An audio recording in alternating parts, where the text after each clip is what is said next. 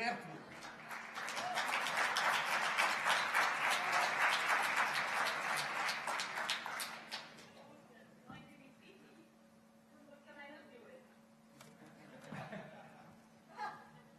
Yes. Put the quiz. That's the question.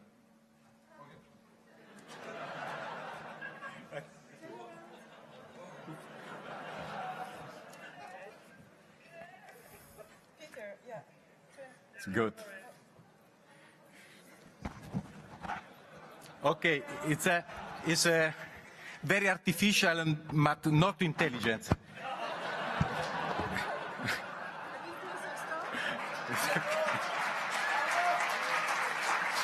Yes, no, it's a good idea. Ciao, Giancarlo. We had a bit of a driving issue here. I don't have a license yet. Okay, good. Now it works. Thank you, Gertrude. Giancarlo, my name is Siri. How can I help you? You are helping, not me, everybody, with your presence. Yeah. Excellent. Good luck with the closing, Giancarlo, and bye for now. Okay, thank you.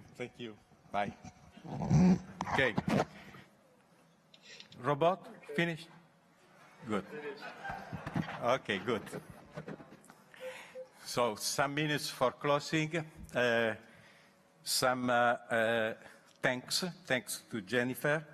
Thanks to Isabel and Walter, and through them, all the staff that organized this. Thanks all the guests that participated here with really very high-level contribution. And thanks to you, because without you, this would be nothing, zero. So some thoughts for closing, not just formal, but substantial, I hope. I will not make a resume, a summary. I will try just to add some comments on what happened today. My first word this morning, maybe you can remember, were what we are doing here. What do we do? Why we are here trying to understand how to make better. What is our mission? And I stress the word mission. Our mission is, I said this morning and I repeat, and I will repeat this as a hammer, our mission is to empower both the political level and the administration. What we have to do is to put at the same level the administration and the political level with the advanced civil society. We have an asymmetrical situation today where there is a part of the civil society that is technologically very advanced and then has a very high impact on the functioning of democracy. And then on the other side, there are the administration and the political level that must manage the public affairs. And if administration and political level do not have at least the same level of the most advanced part of the society, this is a big problem for democracy. And we come back on this concept of democracy. But I think that we could do even more. That is not only to put at the same level, but I think that we can go further. I think that administration and administrations, by serving the political level, can even be in advance if compared with the most technologically advanced part of the society. I think that this is our mission. This is why we are here. It's not an auto-celebration, because sometimes we have this risk. It's not an auto-celebration in something that ask us this moment of thought, asks us to see the future and to see how to strengthen the democracy. So, in this context, we propose solutions, correct, we propose solutions, but we have also to anticipate what can happen, what will happen, and what we wish also that happen. Because, dear friends, when we speak about mobility or working anytime, anywhere, any device, or we speak about connectivity, this has been mentioned several times today, these words. But what are these words? Are technical words? No. No. If you put together mobility, working anytime, anywhere, any device, and connectivity, in reality, you are producing a philosophy. This is a new approach. It's a philosophy of the administration. And this is what we are doing here. For doing this in a better way, we have discussed about the workplace of the future. Can we create the ideal environment for working in the future? My answer is yes, we can. However, we should have in mind that we don't do this alone. We cannot create the ideal environment for the working place alone. Why? Because we need to have knowledge, background in psychology, in sociology, and even in anatomy, of course, apart from the political level. All these elements we need as background if we want to do a good job. An ideal workplace is not a workplace full of technological solutions, different devices. These are a part of the ideal working place, and we need to have all this in mind when we work.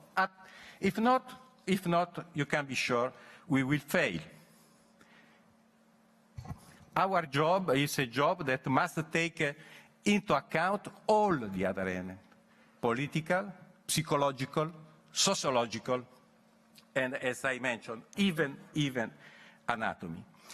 We have discussed today democracy, and I mentioned at the beginning that we are working for strengthening democracy in our modern time. And we had some very interesting, very interesting examples of how the direct democracy or the democracy today is conceived. Well, I leave open the question if the digital, the use of digital devices is really a good tool for direct democracy, how this morning has been said. I leave open. It's not now the right moment to discuss this. But what I wanted to add to these considerations, and that concern us directly, is the fact that it's not true, or not completely true, that who is using the device, the digital tools, are citizens in the classical term. Because what we have seen today is that the political can imagine that there is the normal citizen with the normal political questions, but the difference is that just use a button. It's not true. Has been also demonstrated that the user is much more complicated than a simple political citizen.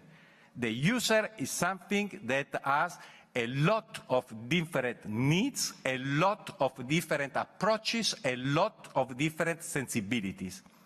And what we have to do is not to think only like a normal citizen that is going to a political party assembly. We have to think to a complete subject that is much more than this, that is full of sensibilities and full of need. And then another point that has been discussed is a lot of information. We are producer of a lot of information, but my comment is the following.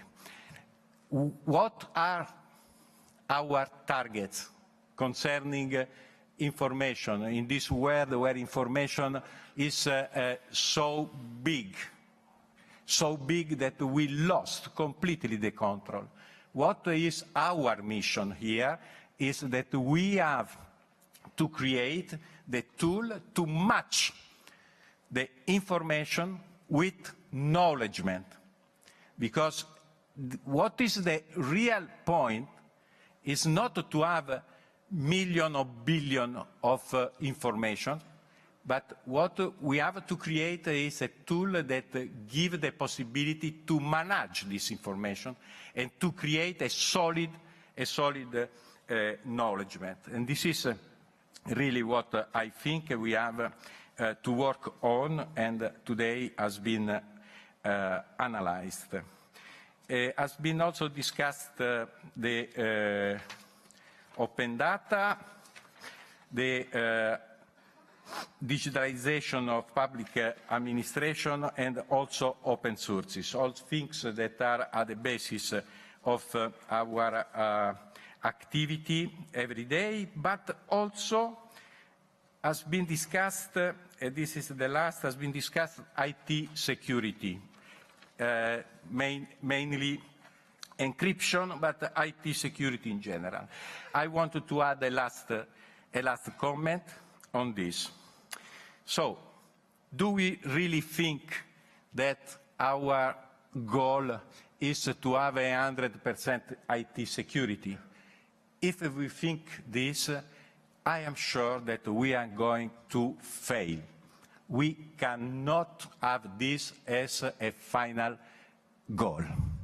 What we have to understand, in my opinion, is the fact that we have a limit. We have a limit. The parameters of the IT security must be limited. We have to accept that a large part of our activities, of our exchanges, of our network world, we must accept that it is accessible to everybody. If we want a successful approach to IT security, we have to focus on a limited part of our action. This is a point that the experience of every day show us.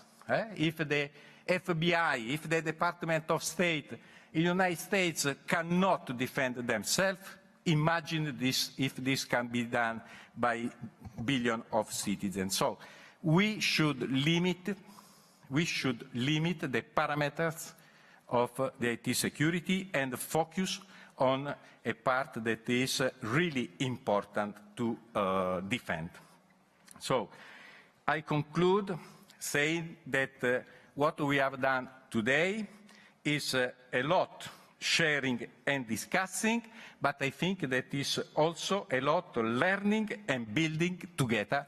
Let's do this also for the future. Thank you.